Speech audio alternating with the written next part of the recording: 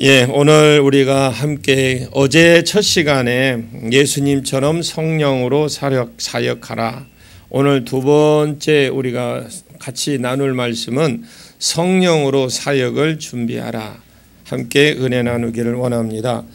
예수님께서 성령으로 가르치고 전하시고 치유를 하셨을 뿐만 아니라 성령으로 제자들에게 세 가지 사역을 교육을 시켰기 때문에 성령 사역 곧 사역이 교육, 제자 교육이다 이렇게 말합니다. 그런데 예수님이 이 세 가지 사역을 자신의 힘으로 능력으로 하지 않고 성령으로 하셨기 때문에 예수님께서 성령으로 세 가지 사역을 하시면서 또 제자들에게 동일하게 세 가지 사역을 교육을 시켰듯이 모든 그리스도인은 성령으로 사역을 할 뿐만 아니라 제자 세우는 삶을, 즉 사역자를 세우는 일을 우리는 그런 삶을 살아야 된다. 우리에게 말씀합니다. 성령 사역을 하기 위해서 무엇보다도 우리가 성령께서 어떤 분이신지를 알아야 됩니다. 성령 사역을 하기 전에 성령이 어떤 분이신가를 알아야 되는데 성령은 하나님이십니다. 우리와 교제하기를 원하십니다. 사역의 영이시다. 그러니까 성령은 하나님이시고 우리와 교제하기를 원하시고 또 사역의 영이시다. 또한 성령의 사역을 본질을 이해를 하세요. 본질. 성령 사역은 단지 은사 사역이 아니라 예수님의 사역 그 연장입니다. 연장.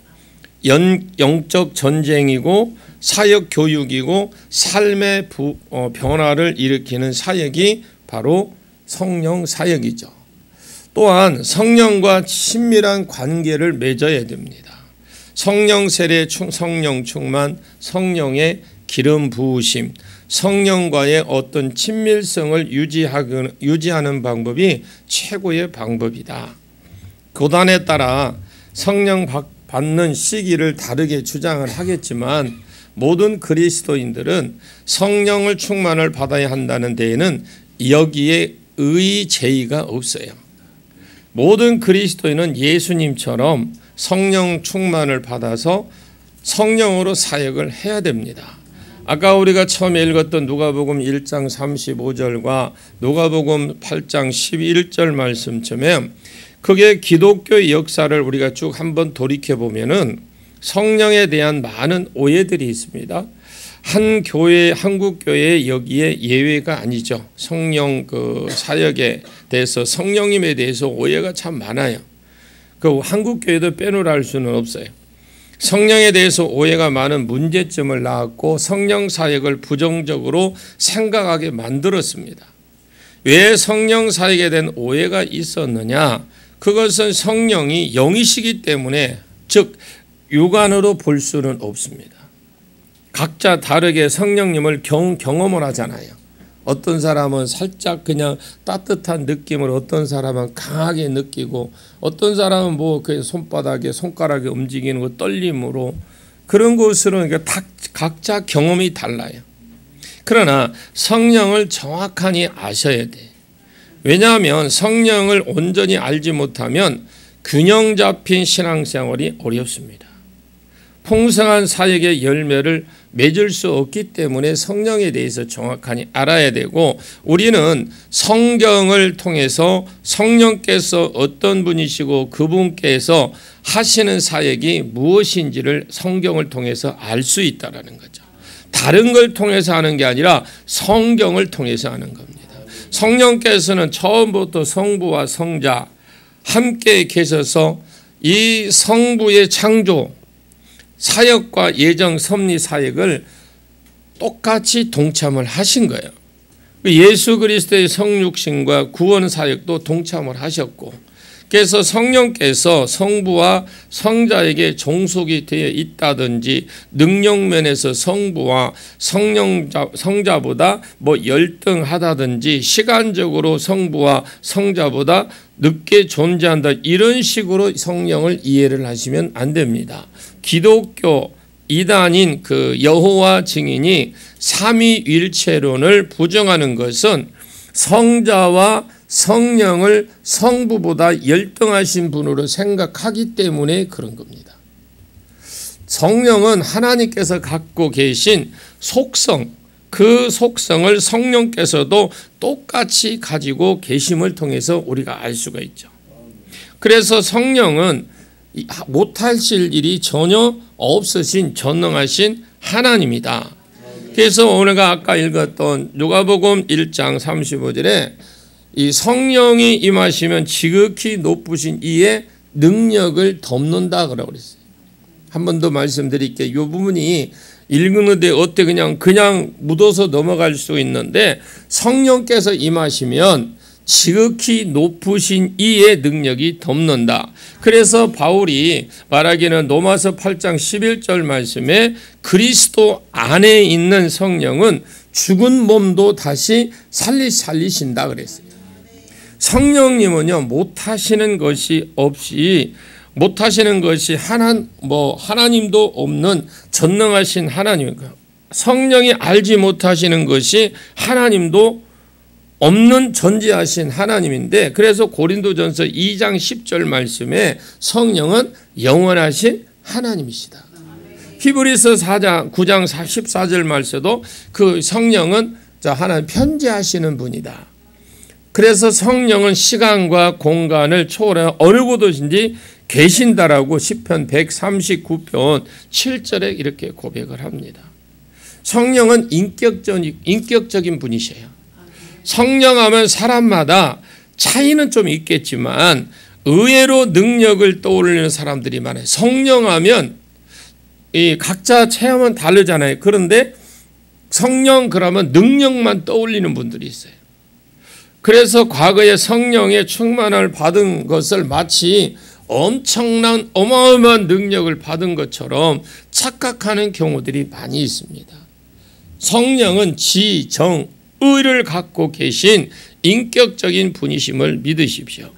성령께서 인격이라는 것을 가장 기본적인 개념은 우리와 성령과 교제가 가능하다. 이게 굉장히 중요한 겁니다.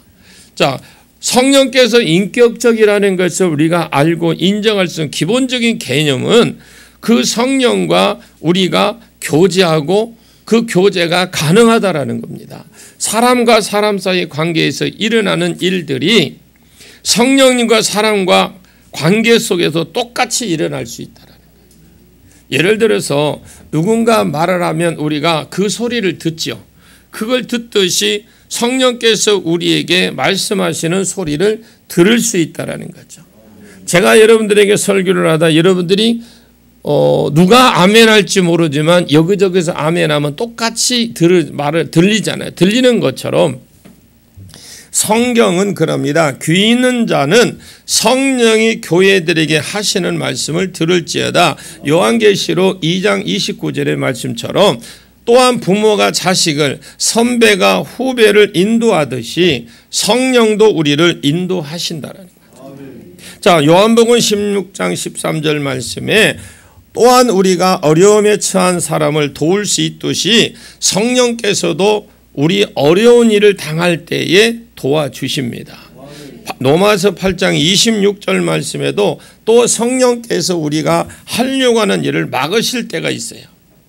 우리는 막상 정말 하려고 하는데 성령께서 막으실 때가 있는데 바울은 아시아에서 말씀을 전하려고 할 때가 있었어요. 성령께서 그 일을 하지 못하도록 막았죠. 사도행전 16장 6절 7절 말씀처럼 성령께서 인격적인 분이기 때문에 날마다 그분을 환영하고 그분과 대화를 나누고 그분을 의지하고 그분의 인도함을 받는 삶을 살기 위해서 노력을 해야 된다는 거예요. 그러니까 우리는 날마다 그분을 환영하십시오. 성령님 환영하는 것부터 시작하십시오. 그리고 그분과 대화를 나누십시오. 그리고 그분을 의지하십시오. 그분의 인도함을 받는 삶을 살아야 된다는 거죠. 성령을 인격적으로 이해하지 않고 단지 어떤 능력이나 추상적인 개념으로 이해를 하면 그리스도인의 삶이 변화는 일어나지 않습니다. 먼저는 우리의 열매가 내 삶이 변화되는 거잖아요. 성령과 교제하고 또 그분이 인도함을 딱 받을 때에 우리의 삶 속에서 정말 놀라운 변화들이 일어나고 있다는 거죠. 우리가 신앙생활을 열심히 하지만 삶의 변화가 거의 일어나지 않는 주된 이유 중 하나가 성령과 친밀한 교제에는 관심이 없고 그냥 성령의 은사나 능력을 받는 데만 관심을 거기에 쏟기 때문에 그래요. 성령과 친밀한 교제를 나누는 사람은 삶의 변화를 경험할 뿐만 아니라 전적인 성령님의 이렇게 도우심으로 사역하는데 내 삶 가운데 풍성한 열매를 맺을 수 있다라는 거죠. 주께서 아버지께서 내 아버지께서 일하시니 나도 한다. 요한복음 5장 17절 말씀이죠. 말씀하신 것처럼 삼위일 하나님이신 성령께서도 일하고 계십니다. 성령과 사역 자체는 불가불의 관계가 있기 때문에 성령은 사역의 영이시다라고 하네요. 그래서 성령은 사역의 영이시다. 그래서 성령께서 구체적으로 하시는 사역은 혼자 일하지 않아요. 예수님께서 하시던 일을 그대로 하신다라는 거예요. 예수님께서 공생의 기간에 주로 하셨던 것 가르치고 전하시고 치유하셨던 사역을 하실 뿐만 아니라 예수님께서 우리를 대신해서 십자가에 못 박혀 돌아가시고 부활하심으로 완성하신 이 구속사역, 이 구속사역을 각 사람에게 적용을 시키는 일을 하는 게 성령이에요. 말 그대로 비춰주시는 거죠. 예수님의 그 십자가에서 못 박혀 죽으시고 돌아가시고 부활하심으로 완성하신 구속자이신 구속사역을 각 사람에게 적용시키는 일을 하는데, 그러나 성령은 홀로 사역하지 않습니다. 우리와 함께 일하심을 믿으십시오. 성령을 떠나서는 우리가 아무 일도 할 수 없을 뿐만 아니라 성령께서도 우리를 통하지 않고서 일하지 않습니다. 그러니까 우리가 초대교회의 예루살렘에서 그 마가의 다락방에 성령이 임하기 전에는 그들이 아무것도 할 수가 없었어요. 완전히 겁쟁이들이었어요. 그 나이 많은 사람들이, 어른들이 그 마가의 다락방에 가보니까 120명 들어갈 장소가 아니에요. 가보니까 어떻게 여간에 120명이 들어갈 수 있었을까? 그런데 언제 내릴지도 모르는 그 성령을 위에서 내리는 그 성령을 구하라고, 구할 때까지 예루살렘을 떠나지 말라고 하면서 했는데 언제 성령이 임할지 모르는 그 성령을 구했다라는 거죠. 그러나 그렇게 겁이 많던 그들도 성령을 의지하고 성령을 딱 받으니까 겁이 없어진 거예요. 여러분, 겁 없이 일했잖아요. 그러나 성령을 홀로 일하지 않는다라는 걸 우리에게 교훈해 줍니다. 성령께 도움을 청하지 않고요, 우리의 힘과 능력으로 하면 사역 자체가 풍성한 열매를 맺을 수 없어요. 우리가 여러 곳에서, 저는 이렇게 주로 말씀 사역을 많이 합니다. 물론 성령 사역도 더 하죠. 그러나 말씀에 우리가 원리를 모르는 상태에서 이 뭔가 사역을 하게 되면 농론하기가 힘들어요. 결국은 제 경험인데 해보니까 내가 한계가 와. 한계가 붙이고 나중에 누가 기도받으러 오고 이 사역의 집회를 들으면 오히려 부담이 돼요. 그러나 성령님과 함께 일하면 내가 하는 게 아니잖아요. 아니, 성령님께 맡기니까 육신이니까 피곤할 수는 있어요. 그런데 피곤해서 오늘은 좀 쉬었으면 좋겠다 하고 있는데 와서 기도받으면 그때 더 역사하시는 거 봐. 왜? 나는 내 피곤함인데 주님 이럴 때는 안 했으면 좋겠습니다. 그런데 서책하는 게 뭐냐? 네 일하냐? 네가 내 일하냐? 네가 누구 때문에 서 있냐? 나 때문에 있는 거 아니야? 그러면서 가서 손을 얹어보면 더 강하게 역사하시는 거 봐요. 봐라, 내가 역사하는 거 더 강하게 눈을 보지. 그 뒤로부터는 아무 말도 못하고 그냥 순종을 하는 겁니다. 성령님을 철저히 은하십니다. 성령님을 떠나서 우리가 아무것도 할 수 없을 뿐만 아니라 성령께서도 우리를 통하지 않고서는 일하지 않으십니다. 우리는 모든 사역에 성령과 동역하십시오. 성령께 도움을 청하지 않고 우리 힘으로 능으로 사역할 뿐 열매 어렵습니다. 모든 성도들이 예수님처럼 성령으로 가르치고 전파하고 치유할 때 주님께서 명령하신 세계 복음화에 그 날이 하루속히 도래될 줄로 믿습니다. 성령은 하나님과 동일한 속성을 가지신 하나님이시, 인격적인 분이시기 때문에 우리와 교제가 가능하다고 그랬죠. 사역의 영으로 우리와 함께 동역하시기를 원하십니다. 부활하신 주님과는 다르신 분이심을 살펴보았어요. 성령은 우리와 동행하기를 원하고요. 우리와 같이 사역하기를 원합니다. 여러분들이 성령님을 반드시 초청하십시오. 어느 자리거든지 간에 여러분들이 성령께 맡기고 일하시며 나가기를 원하고요. 이제 우리가 성령에 대한 본질을 좀 알아야 돼요. 본질. 성령 사역의 본질은 제대로 알지 못하면 이 성령 사역을 올바르게 행할 수 없어요. 여러분, 본질이 뭔지를 알아야 돼요. 성령께서 일하시는 일을 살펴보면 성령 사역의 본질이 무엇인지 정확하게 우리가 파악할 수 있어요. 그래서 성령께서 예수께서 하신 일을 계속 하시기 위해서 오셨기 때문에 성령 사역은 본질적으로 예수님 사역과 똑같습니다. 요한복음 16장 13절이죠. 그거 보면 성령께서도 예수께서 하신 세 가지 사역, 가르치고 전하고 치유 사역을 하시는 것입니다.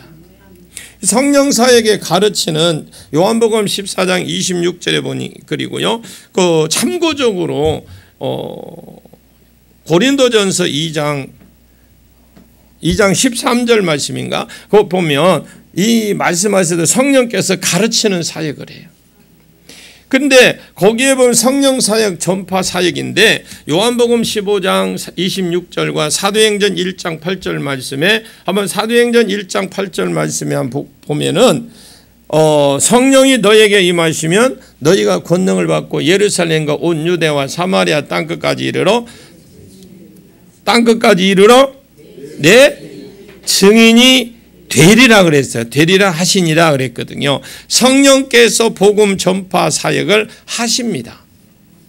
성령의 치유 사역, 이 고린도전서 12장 9절에 보면 다른 사람에게는 같은 성령으로 믿음을 그럽니다. 다른 어떤 사람에게 한 성령으로 병을 고치는 은사를 성령께서 치유하심을 믿으십시오. 그래 우리가 이 사역을 하기 전에 먼저 우리가 막 그 사역부터 하고 능력부터 받으려고 하지 마시고 먼저 성령께 충분히 나를 성령이 사역하실 수 있도록 마음대로 쓰실 수 있도록 내가 성령을 더 깊이 알고 그 사역에 대해서 우리가 알을 때에 그 성령님이 어떤 일을 한다는 걸 알을 때에 병든 자의 손을 얹을 때 나가는 거예요. 치료되고. 급한 거 없어요. 1년 늦게 한다고 해서 전혀 바쁠 것이 없습니다. 제가 42살에 목회를 시작했습니다. 42살에 생겨서 지금 제가 이 교회에 개척한 지가 19년째예요. 19년째고 그 2000년도부터 내가 신학교를 갔으니까 꽤 늦게 갔죠.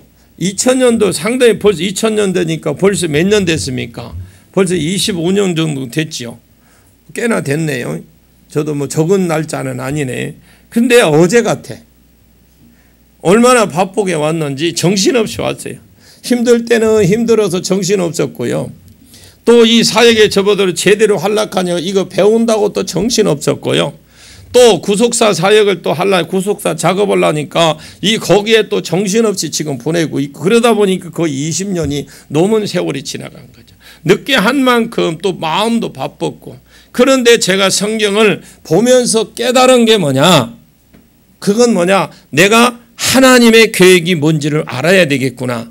하나님이 어떤 계획을 가지고 계시는지 먼저 알아야 되겠다. 그리고 예수님이 하나님과의 관계 속에서 성령과 이 세 분이 어떤 계획을 가지고 이 성경을 기록해 놨는지 어떻게 전개하는 이걸 좀 알아야 되겠다. 그래서 작업을 시작한 게 구속사예요. 그래서 우리가 성령님은 간단하게 생각하십시오. 예수가 그리스도다, 예수가 구원자다라니까 서포트 해주는 게 그 성령님이셔요. 왜? 예수님이 한 사역을 그대로 하시거든요. 그런데 이 성령님은 혼자 하는 것이 아니라 우리를 통해서 하신다라는 거예요. 우리가 가서 손을 얹으면 성령님이 와서 낫게 해주고 귀신도 떠나가게 만들고, 그래서 여러분 병든 자 건져갖고 안 났으면 쪽팔리면 3초면 되는 거예요. 성령님이 하시잖아요. 뭐 쪽팔린지 안 팔린지는 한번 해보십시오. 성령께서 치유 사역 하십니다. 저는 지금까지 이 사역을 하면서 내가 한다는 생각을 해본 적 없어요. 제가 처음 기쁨의 교회에 갔을 때에 2012년도 가니까 첫 말씀이 성령이 일하십니다. 하나님은 지금도 일하십니다. 그 말에 제가 뿅 갔어요. 아니 저렇게 단순한 말인데 내가 왜 마음속으로 감동이 없었을까? 내가 수십 번 써보고 수십 번 전했을 건데 어떻게 저렇게 성령이 일하신다, 성령이 나를 통해서 일하신다? 그거에 그러면 나를 통해서 일하시는데 그분이 나를 통해서 일하시는 하나님을, 그 성령님을 좀 알아야 되겠다, 만나야 되겠다 한 것이, 그걸 만나기 위해서 2년을 진짜 매일 다녔어. 아니 매달 다녔어. 다니는데 갈 때 왜 그렇게 내 안에는 뭐가 이렇게 많이 나와? 징그럽게 나와. 계속 가서 앉으면 뭐가 입에서 그냥 나와. 그래서 나는 참 안에 내 속에 엄청 더러운가 보다, 막 그렇게 생각만 한 거예요. 그런데 내가 나중에 깨달은 게 뭐냐, 저는 종가의 장손이에요. 저희 집안에, 전주이 집안에 지난 용담에 지금 땡공사로 지금 수몰이 됐어요. 거기에 지장산이라는 곳이 있어. 그 지장산의 능선의 최위에서부터 이 밑에까지, 그건 아직 수몰 안 됐어요. 지금도 있어. 그런데 저는 안 가요. 이제 그 옛날에 보면 저를 다 그 산꼭대기까지 저를 데리고 가가지고 거기 가서 할아버지 누군지도 몰라. 묘도 가보면 묘인지 땅인지도 구분 안 되는데 그걸 그 앞에 절을 하래. 그냥 그렇게 해야만 되는 줄 알았어요. 그런데 그렇게 제사를 드렸지요. 또 왜 종가의 장들 왜 그렇게 제사는 많은지요? 이 제사가 많으니까 또 나를 또 이상하게 그 옛날에 밀가루 푸대 같은 거, 그런 거 마포 싱그러 된 거, 왜 초상 났을 때 그 상주들 말고 옆에 그 밀가루 푸대 같은 거 있죠. 그걸 입혀가지고 이걸 뭘 주전자한테 따로 줘. 따로 주면 제사가 시작이 되는 거예요. 그러니 내가 얼마나 여러분 힘들었겠어요. 징그럽게 힘들었어요. 제가 그 기쁨에 가서 진짜 누가 사진 안 찍기 천만 다행이야. 눈물, 콧물, 이게 목사가 처음 다 돌아서 보니까 이 성도들도 그때, 지금은 그래도 기쁨에게 크긴 하지. 옛날에는 조그만 했는데 옆에 사람 다 봐, 지나가면. 그런데 내가 그 앞에 보니까 누가 휴지라도 좀 갖다 덮어주면 좋잖아. 그렇지도 않고 그냥 보니까 콧물, 눈물, 그 앞에 그냥 수부간이 있는 거예요. 아이고 창피해가지고 저녁도 못 먹고 회개가 있어요. 그런데 그 회개를 하면, 제가 지금도, 우리 지난주도 설교를 했는데 제가 회개를 하잖아요. 그리고 내가 축사를 하면 뭐가 올라요? 화가 올라와. 왜? 저는 그게 어떤 옛날에 억압이 있죠. 억압돼서 내가 하기 싫은 걸 하는가, 막 부모의 억지로 막 하니까 이게 반항심이랄까요.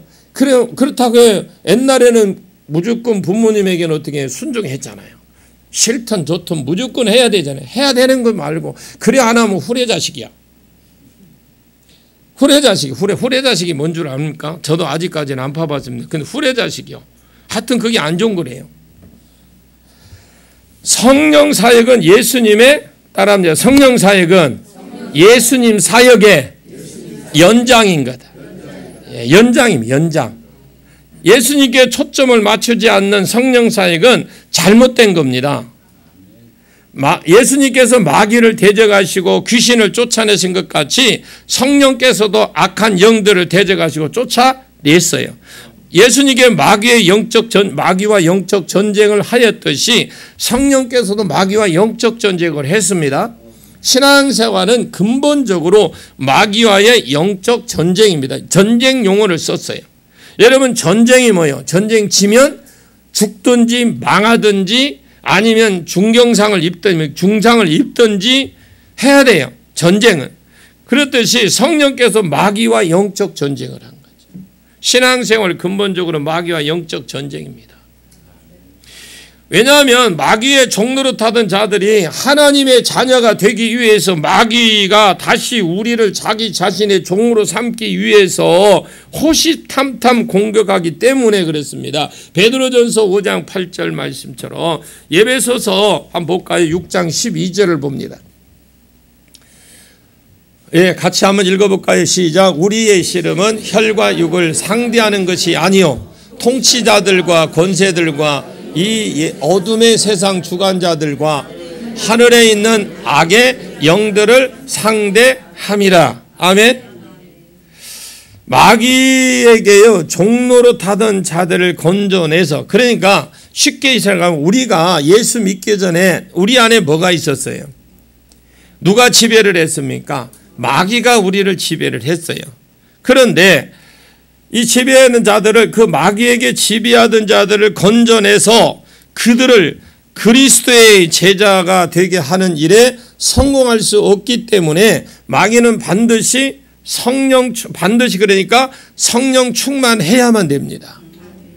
우리가 성령 충만을 받은 사역을 할 때, 그런 받아서 사역을 할 때에 항상 뭐가 있느냐? 내가 성령 충만히 받았어도 내가 그 사역을 하려고 믿지 않는 자를 하나님, 그러니까 마귀의 손에 있던 자들을 하나님께로 우리가 택배로 이렇게 옮길 때에 이 옮기는 과정이 그냥 내 마음대로 가면 좋겠지만 사단이 가만히 있는 게 아닙니다. 사단이 반드시 방해가 있습니다. 그냥 방해가 없을 거라고 생각하는 사람은요, 조금 생각을 다시 해야 됩니다. 반드시 있어요. 그렇잖아요.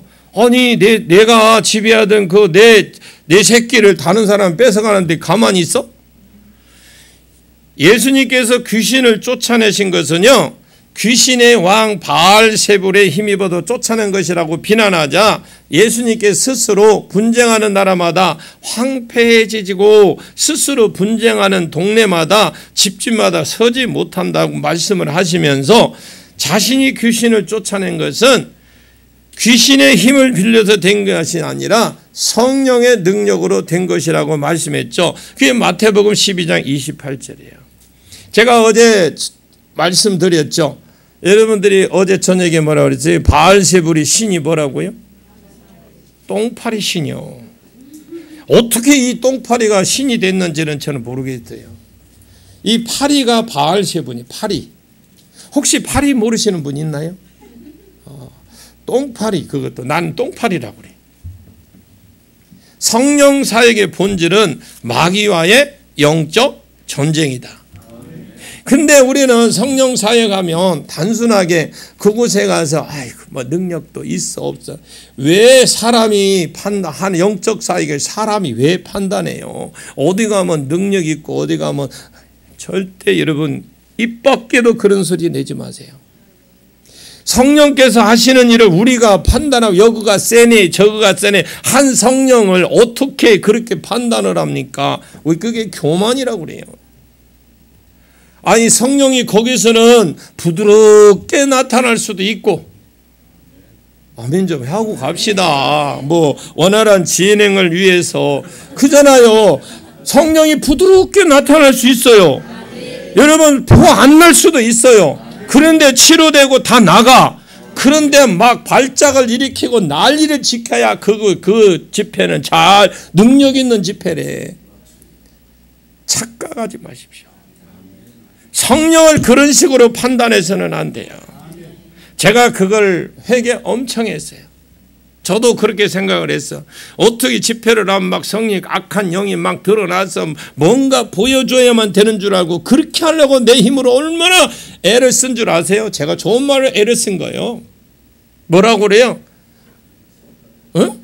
그런 말 있잖아. 혼자 쓸 때 하는 말. 진짜 힘들게 했어요. 그런데 내가 성경을 더 깊이 연구를 하니까 내가 이랬대요. 거울에 딱 갔죠. 저는 그럽니다. 잘못한 거 있으면 내가 거울로 갑니다. 거울로 가더니 야 정기 너 잘못했지? 딱 정면을 보면서요. 저는 잘못했지? 그러면 제가 어떻게 하나? 응. 제 거울 보고 내가 그래 너 전기 잘못했지? 그러면서 회개를 해요. 우리는 회개한다고 하면서 그냥 생각나는 거 하나, 주님 내가 그거 잘못했죠. 이것이 끝나는 게 돌이켰으면 그걸 반복적으로 안 해야 돼. 우리가 성령 충만을 받아 사역을 할 때 항상 마귀의 공격이 있기 때문에 성령 사역은 본질적으로 영적 전쟁이다. 바리새인들이 예수님께서 귀신을 쫓아내는 걸 보고 예수님께 귀신을 쫓아낸 것은 귀신의 영 바알세불 파리의 힘을 빌려서 한다.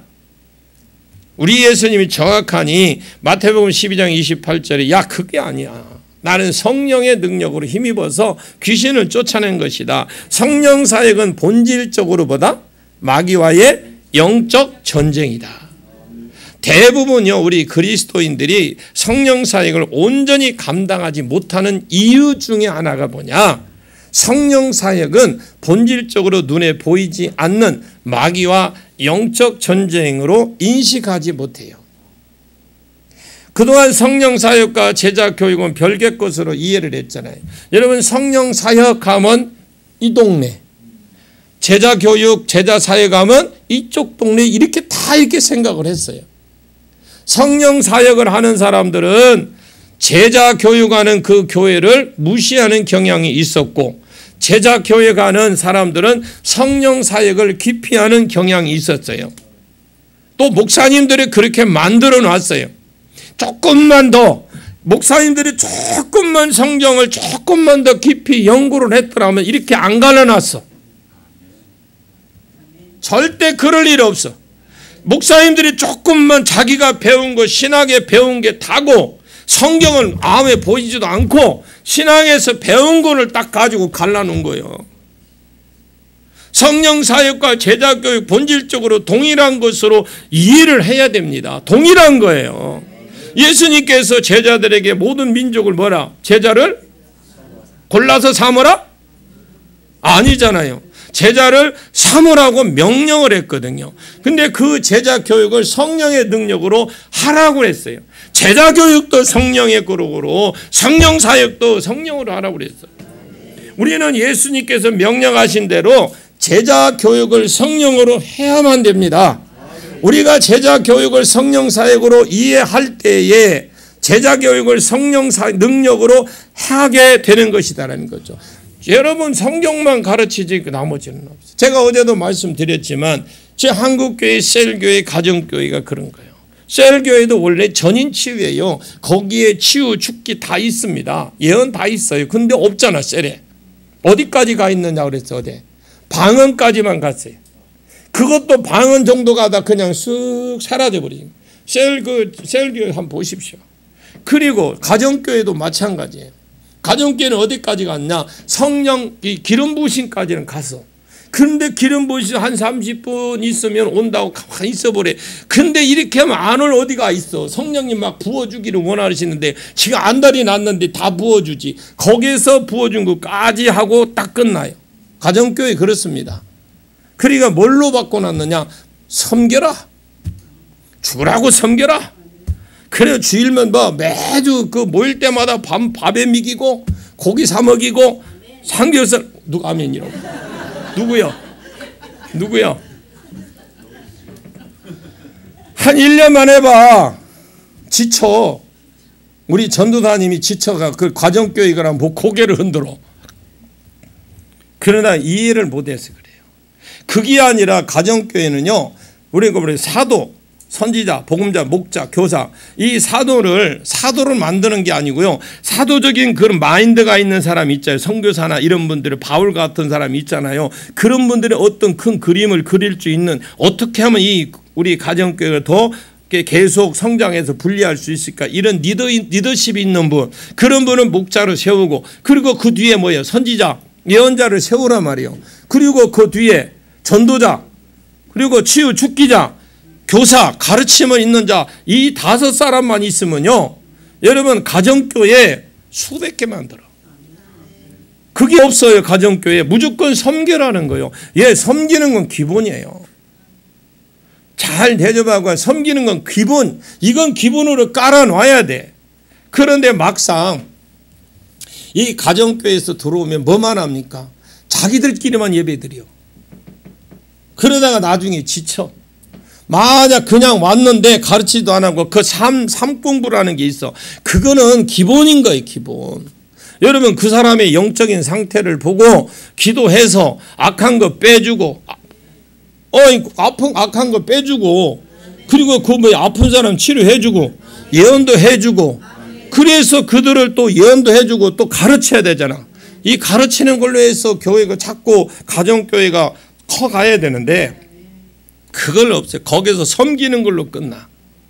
아니 섬겨봐야 어디 교회 오면 뭐만 나. 교회에 그런 사람 지금 섬겨가지고 그 가정교회에 이번 주에 2사람이 와서 그런 교회를 데려가야 되죠. 교회 안 데려와도 돼요. 다 가르치고 데려와도 돼요. 교회만 더 가지 말자고 하는 그 교회 거기서 충분히 일꾼을 만들어서 교회를 들어오는 게 가정교회예요. 근데 우리는 뭐냐 누구 오면 여기 오면 가정교회만 교회는 무조건 끌고 가려고 그래.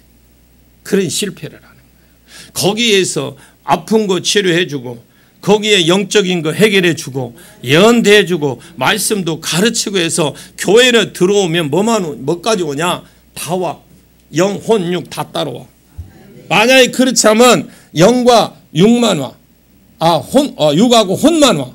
영은 따로 있어. 어디가 있느냐 지금 어디 요즘 뭐가 꽃이 어디가 많이 나요? 꽃 구경하러 갈 걸. 그리고 이 골프채가 생각나고 등산이 생각나고 이런 겁니다. 그런데 다 가정교회에서 전부 다 해놓으면 들어오면 뭐가 와요? 영혼육이 같이 들어와. 그 사람은 교회 안에서 1년이나 2년 안에 진짜 귀한 일꾼 돼버려요. 그렇지 않으면 교회에서 5년 가요. 5년 빨라야 5년이요. 그렇지 않으면 5년도 보장 못해. 연수만 많아진다라는 거죠. 그래서 우리는 예수님께서 명하신 대로 제자 교육을 성령으로 해야 됩니다. 우리가 제자 교육을 성령 사역으로 이해할 때 제자 교육을 성령의 능력으로 하게 된다는데 아무리 여러분 열심히 가르치고 전하고 치유를 해도 성령께서 함께 하시지 않으면 이 사역 현장에 풍성한 열매를 맺을 수 없습니다. 아직 때가 이르지 않았을 때가 이르지 않을 수도 있다고 볼 수 있어요. 그러나 사역의 방향이 잘못되어서 그럴 수도 있고요. 2가지잖아요. 아직 때가 안 돼서 그럴 수도 있고 또 우리가 사역 방법이 방향이 달라서 그럴 수도 있다라는 거죠. 그러나 가장 큰 이유 중 하나는 성령의 능력으로 하지 않고 우리의 능력으로 하기 때문에 그런 2가지 현상이 일어날 수 있다라는 거죠. 많은 교회들이 이 제자교육이라는 이름하에 성도들 교육을 많이 합니다. 그래서 그들을 말씀으로 가르쳐가지고 제자교육을 해서 일꾼을 딱 세워놔. 그런데 문제가 있나요 없나요? 거의 문제가 다 있어요. 제자교육을 시켰거든요. 했는데 이 사람은 뭐 1기생, 2기생 몇 단계 걸쳐서 다 했는데 결국은 교회 가서 다 마쳤어. 마치고 나서 졸업장까지 줬어. 줬는데 뭐가 문제냐? 해결되지 않는 게 있어요. 그건 우리의 지식적으로 가르친 거예요. 성령이 성령으로 가르치지 않으면 그래서 그들을 때에 따라서 아픈 사람 치료해주고 영적인 거 해결해주고 가르치고 또 그들도 예언해주고 가르치고 예언해주고 가르치고 해서 그들의 믿음이 성장할 수 있도록 끝까지 해야 돼. 제자교육 목표가 그거잖아요. 그런데 그렇잖아요. 졸업장만 받으면 끝. 그리고 다음에는 나 그거 배웠어. 배우긴 뭘 배워. 가서 하나 알아보려면 기억도 안 해. 기억도 못해. 안 하는 게 아니라 시편 104편 30절에 주의 영을 보내어 그들을 창조하사 지면을 새롭게 하나이다 그랬어요. 성령은 새롭게 하는 영이시기 때문에 성령이 역사하는 곳에서 현격한 변화가 일어나요.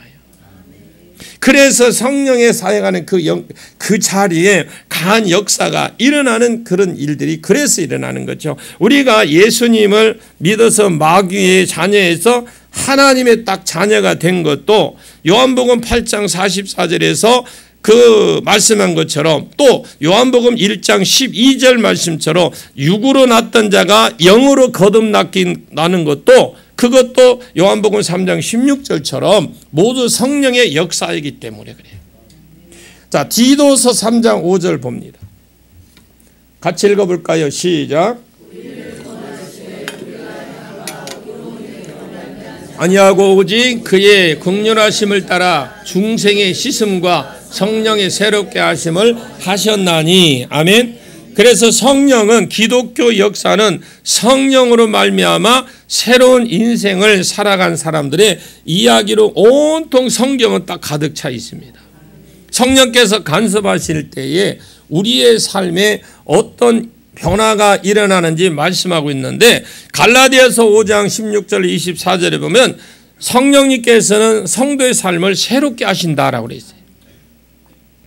성령을 쫓아 살면 육체에 따라 살던 자가 거룩한 삶을 살게 되고, 약한 자가 강해지고 미련한 자가 지혜로운 자가 됩니다. 언제? 성령을 쫓아 살게 되면 그렇다라는 거죠. 그런데 성령을 받지 않고 신앙생활을 온전히 할 수 없기 때문에 모든 그리스도인들은 성령을 받아야 됩니다. 그런데 대부분 우리가 어떤 결정을 할 때 그럽니다. 우리가 내가 편한 쪽, 내가 좋은 쪽을 선택해. 이미 머릿속에 계산을 해놓고 이제 마지못해 성령님께 물어보면 다행인데 물어보지도 않아. 여기가 좋은지, 저 교회가 좋은지, 이 교회가 좋은지 맛을 봐. 여러분 맛 알아요? 혹시 맛 아시는가요? 그 중에 교회 맛 아세요? 교회 맛이 뭐예요? 저는 교회 맛이 말씀이라고 그래요. 내 영이 살고 있는지, 말씀을 듣고도 목사님이 잘 튀긴 통닭처럼 생겼는데 그걸 잡아 뜯어먹을 듯이 그냥 쳐다보기는 하는데 내 머릿속에는 하나도 안 남아. 이거 맛없는 통닭이야. 진짜 제가 그걸 느껴요. 아무리 강의를 가서 세미나라고 갔는데, 세미나 가서 들었는데 이건 앞뒤도 안 맞고, 우리 교회 내가 그 비싼 돈 들여서 정말 내가 시간 내서 갔는데, 옛날에 뭐가 그랬냐면 전도 옛날 그 세미나가 많았어요.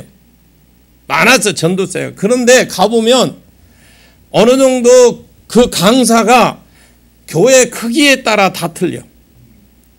큰 교회 목사님 아무렇게 해도 데려온다, 교회. 아무래도 뭐 조금만 하면 다 와. 왜? 사람이 1000명이면 우리 100명과 1000명과 차이 뭐예요? 1000명 중에 거기서 100명만 데려와도 우리 한 교회예요. 그런데 이 100명인 교회는 10명 데려오기가 힘들어. 그러니까 큰 교회는 무조건 능력이 있어서 장인을 데려오는 거예요. 딱 내용 프로그램 자체가 그래요. 그래서 가보면 우리 교회에는 택도 없어. 몇 명 안 되는 교회 가서 그 큰 교회 사용하는 거 사용할 수가 없어. 그래서 또 다른 데는 또 그 들어서 또 이번에는 안 그렇지 가보면 똑같아. 중형교회 목사님은 당신이 그렇게 하고 했다고 막 조직적으로 이야기를 하는데, 근데 우리 목사님들은 참 개척교회 목사님들이 얼마나 순진한 줄 압니까? 그 비싼 돈 주고 가서 그분 강사비 내라고 돈 내고요. 가서 하루 종일 떼어주고 밥 한 그릇 먹고 요만한 세미나 용지 하나 받고 와. 근데 교회에서는 아무것도 사용할 수가 없어. 제가 그걸 느낀 거예요. 아, 우리 교회에서는 이게 아니다. 그래서 제가 지금 결국은 우리 교회에서는 제일 중요한 호떡 전도요. 그리고 지금 칼갈이 전도했고, 아이고 콩나물 전도도 해봤고요. 지금 우리 그 오송에 우리 대표적으로 우리 정현 목사님이 그거 가면 정중교회 헷갈려요. 나는 어떤 때는 정현교회라고 그래. 정중교회인데 이 어떻게 앞에 같아가지고 매일 나가. 전도도 매일 나가고 매주 토요일 되면 칼갈이, 호떡전도, 칼갈이는 또 주중에도 나가고 엄청 부흥할 거예요. 지금 부흥하고 있어요. 엄청 부흥하고 있어요. 우리는 삶 속에서 그걸 이어가야 됩니다. 우리 눈에는 아이고 그렇게 하고 뭐 전도가 된대 안 되죠. 호떡 먹고 오는 사람 없어. 칼 갈아준다고 오는 사람 없어. 여러분 사람은 누가 보내줘요? 하나님. 제일로 제가 이 듣기 싫은 소리가 뭐냐면 목사님 호떡 준 데가 몇 명이나 왔어요? 참. 아이고 내가 지금 하나님이 어떻게 저 입을 뚫린 입이라고 놔뒀는지 모르겠다 내가 그런 생각이에요. 아니 여러분 사람은 하나님 보내줘요. 우리는 순종하잖아요. 근데 내가 할 수 있는 거 그거거든요. 여러분 우리 교회에서 그냥 건빵 전도할 수 있으면 건빵으로 하세요. 아니 우리는 그런 형편도 안 되면 전도지 가지고 요즘 공짜로 주는 데도 있어요. 그런 거 갖고 나가세요. 뭐 전도하고 있으니 더 좋은 걸로 하니까 전도지라고 해서 많아요. 미안해요. 여러분 전도지 갖고 할 수 있는 전도지 하시고 안 되면 여러분 없어도 괜찮아요. 딱 지나가다가 걷다가 다리를 쩔뚝쩔뚝 한다. 이리 와보시오. 내가 능력 있는 목사 능력을 엄청 받았는데 와서 한번 앉아보시라고 해줘. 안 놔둬봐요. 그래 그 자리에서 안 놨으면 쪽팔려봐요. 3초야. 아 여러분 그러잖아요. 저 했어요. 그렇게 해요. 여기서 2층에서 이제 오래 앉아서 엉덩이도 아프고 엉덩이 막 불이 나. 그러면 이제 시쿨 겸해서 이렇게 위에서 보면 저쪽에서 쩔뚝쩔뚝하고 와. 오면은 아 저거 손님 하나 온다 생각 일부러 가서 보면 어떤 사람은 아이고 효동교회 목사님 어떻게 나오셨어요? 알고. 어떤 분은 왜 길을 막아요? 그래서 길 막을 이유가 있어요. 그랬더만 그래 어디가 아프셔요? 그랬더만 아프면 뭐 하려고요? 그래. 어떤 사람은 신경질조로 나온 사람이 있습니다. 근데 어떤 사람은 순전하게 나와. 아이고 목사님 어떻게 이렇게 밖에 나왔어요? 아 나는 밖에 나오면 안 돼요. 그저 그래도 뭐 이게 햇빛째로 나왔어요. 그래요. 그래서 그러면서 이제 이 말꼬리를 이어가는 겁니다. 안 되면 가서 앞에 가로막으십시오. 왜 가로막자? 아이고 그랬냐고. 너무 보기에 그걸 볼 때에 우리 어떤 그럴 때 그때마다 성령께서 감동을 주셔요. 그때 말을 해서 아프십니까? 그럼 우리 하나님이 나한테 능력을 엄청 그냥 부어줬는데 야 기도하면 나을 것 같다고 해보십시오. 나아요. 안 나오면 쪽팔리봐요. 3초요. 하십시오. 못할 게 뭐가 있어. 안에서 못가지. 여러분 밥 먹으러 올라갈 때 벽에 붙은 게 뭐 있어요? 나가면 있고 안 나가면 없다. 그거 올라가면서 읽어보고 좀 가. 돈 들여가서 붙여놓은 거 왜 붙여놨까? 참네. 성령을 받지 않고서는 신앙생활을 온전히 할 수 없기 때문에 모든 그리스도인들은 성령을 받아야 됩니다. 누가복음을 쓰면 누가는 성령 받는다는 것을 이미 마음속에 그리고 성령을 받는다라는 것을 이미 마음속에 성령을 모신 사람이 성령의 능력을 있는 것으로 생각했어요. 근데 누가는 성령 받는다는 것을 이미 그리스도를 믿는 자들이 그분을 더 잘 섬기도록 능력을 받는 것으로 생각했어요. 이 누가가 쓴 이 사도행전은요. 성령을 받은 후에 능력 있게 사역하는 모습이 생생하게 기록되어 있어요. 사도행전을 좀 읽어보시고 사도행전에서 조금 더 깊이 알기를 원하면 저희 홈페이지에 들어가면 사도행전 내가 주일날 1년 반을 했어. 주일날만. 오전에 1강을 가지고 오전에 절반하고 오후에 마무리하고 1년 반 동안 열심히 착하게 올려놨어요. 그래서 성령 받은 후에 성령의 역사가 일어나는 걸 사도행전에 이미 다 기록되어 있습니다. 반면에 사도 바울은 성령을 받는다는 것을 단지 어떤 그러니까 외적으로 어떤 물건을 주고 받고 하는 이것이 아니라 자신 안으로 성령을 모셔드리는 것으로 이해를 하고 있어요. 사도 바울은. 그래서 성령의 내주, 내가 내 안에 계시는 주로 생각한 거예요. 그래서 성령 내주는 오순절 성령이 오신 이후에 우리 전 집사님 그 일본 말이라고 그랬어요? 그냥 출발! 요이땡 했어. 옛날에 난 들은 게 많아. 운동회 때 엉덩이 딱 들고 있으면 요이땡 하면 그냥 죽기 살기 기가 가는 게 있잖아요. 그게 성령이 그렇게 후에 성령 받은 후에 출발이 된 거예요. 요한복음 7장 37절에 39절 말씀을 보면 예수님께서 하늘에 오르신 후에 성령을 보내시기까지도 아무에게도 성령을 내주하지 않았잖아요. 제자들이 예수님께서 승천하신 후에 성령을 보내주겠다고 한 약속을 따라 오순절 그 마가의 다락방에 모여서 막 주여 주시옵소서, 의에서 성령 주신다 해서 언제 주실지 모르겠지만 주시옵소서 하고 기도할 때에 성령이 임하심으로 내주가 시작이 됐는데 그게 사도행전 2장 1절에서 4절 말씀.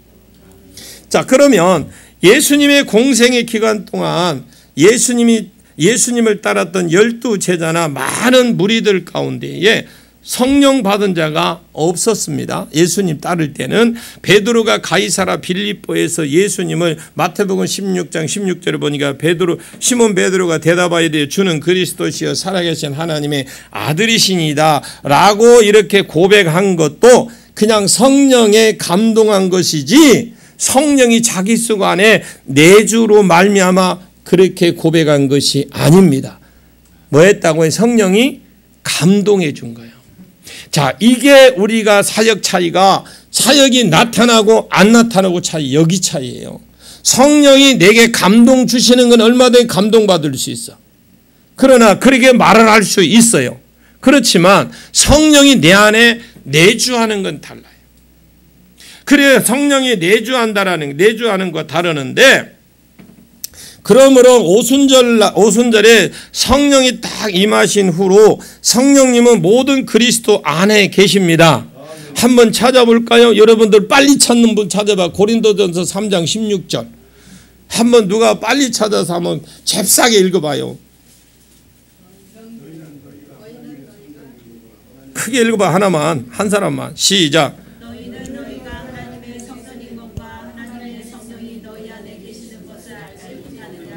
그러니까 성령께서 임하신 후에 성령님은 모든 그리스도 안에 거하게 된 겁니다.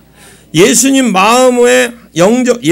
마음에 영접하며 하나님의 자녀가 된 자녀들에게 성령님은 영원토록 그 안에 거주하고 내주하고 계셔요. 이게 믿어지기를 원해요. 이게 믿으면요 사역하기 쉽습니다. 왜 사역자들이 힘든 줄 압니까? 그냥 나중에 이것이 내 안에 성령이 내주하시며 우리는 주의 일을 할 때에 성령이 도와주시고 할 수 있도록 해주신다는 이 사실을 우리가 자꾸 까먹어.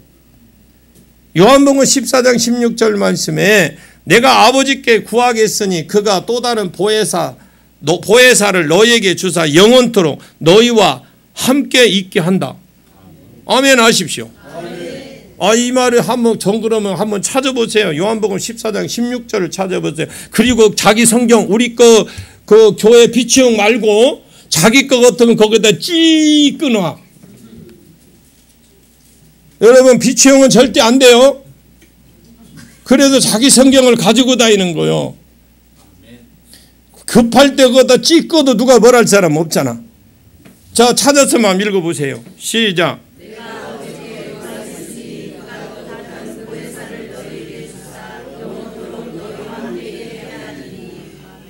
여러분 이게 성령님이 나와 함께 그냥 있는 게 아니라 그 뒤에 영원토록이라고 보셔도 너와 함께 함께 하겠다라는 거잖아요. 그게 확신이 오면 자기 머리 얹고 가난한 영 떠나 하고 명령하십시오. 화를 잘려면 내 혈기의 영 떠나 하고 명령하시라고. 그리고 좀 성령님 평안 좀 넣어주세요 하고 자꾸 바꾸세요.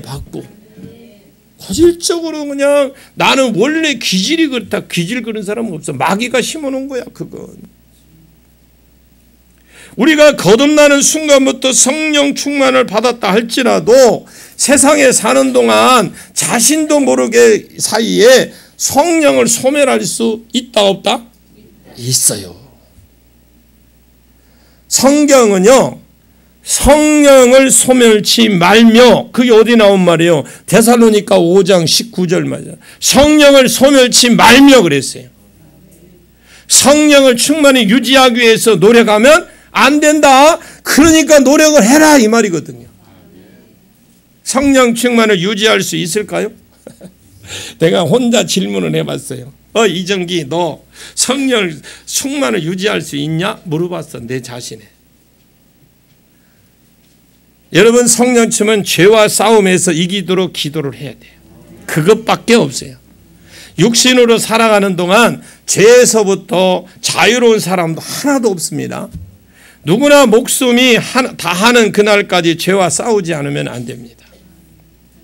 죄악과 싸움에 이길 수 있는 방법, 날마다 예수 그리스도의 보혈을 의지하고 하나님 앞에 나가서 기도하고 부르짖고 기도하고 나가는 방법밖에 없고, 죄를 짓지 않겠다고 스스로 결심한다고 죄를 짓지 않게 되는 거 아니더라고요. 주님 앞에 무릎을 꿇고 기도해서 주께서 도우심으로, 내 힘이 아니라 주님 앞에 무릎을 꿇었을 때에 주께서 도우심으로 죄의 유혹을 물리칠 수 있다라는 거죠. 주여 보혈의 능력을 습관적으로 죄로부터 자유롭게 해주옵소서. 습관적으로 여러분 자유롭게 해달라고 이렇게 기도할 때 우리의 힘으로는 이길 수 없는 이 죄의 유혹을 물리칠 수 있게 된다는 거죠.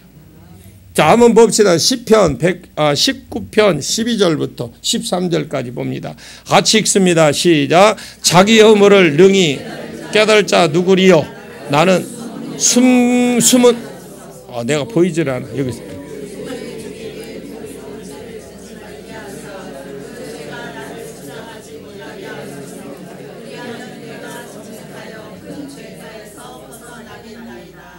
근데 어떻게 이쪽 동네 다르고 이쪽 동네 다르고 이쪽 동네 달라. 이기는 이거 어떻게? 그건 굉장히 길죠. 금방 여기는 끝나서 지금 벌써 지금 남은 가고 있는데 여기는 인제가 출발을 해요.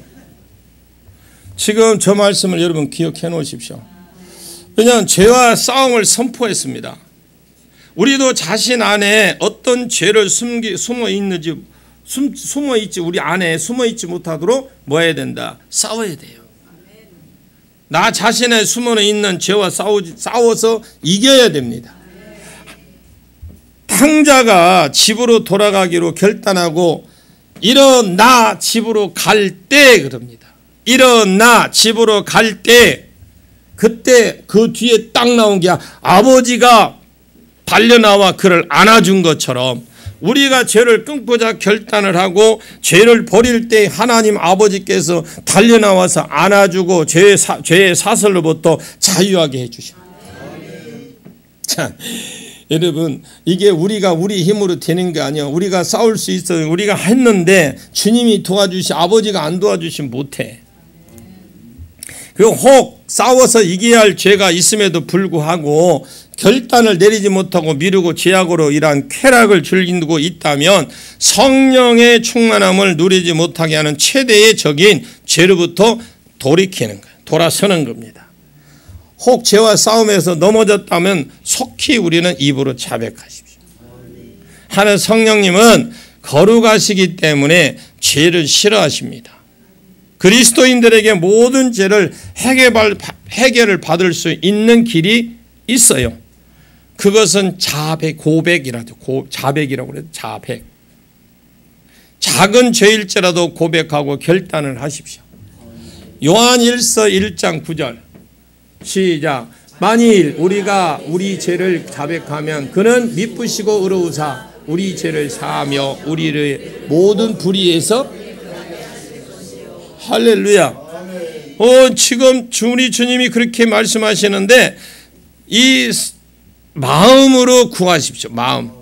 성령 충만을 호기심 대상이 아니라 지적하고 어떤 호기심 대상이 아니라 모든 그리스도인들의 삶이 돼야 되는데, 그러기 위해서는 성령 충만을 사모하고 성령 충만을 위해서 기도해야 됩니다. 이게 성경 여러 곳에서 기도와 성령 충만이 매일 밀접한 관계임을 말할 수 있는데, 그곳이 대표적으로 누가복음 11장 13절이죠. 자, 사도행전 4장 31절을 보면은 혹시 있나요? 사도행전 4장 31절. 없으면 제가 읽어드릴게요. 빌기를 다음에 모인 곳이 진동하더니 무리가 다 성령 충만하여 담대히 하나님 말씀을 전하느니라. 여러분, 전도하기를 원하죠. 잘하기를 원하는 게 아니라 전도, 여러분 어떤 분은 전도 잘하는 걸로 생각해요. 그러지 말고 전도를 내가 하는 걸로 하십시오. 근데 내가 하는데도 성령이 충만하니까 내가 담대히 하나님 말씀을 전할 수 있더라는 거죠.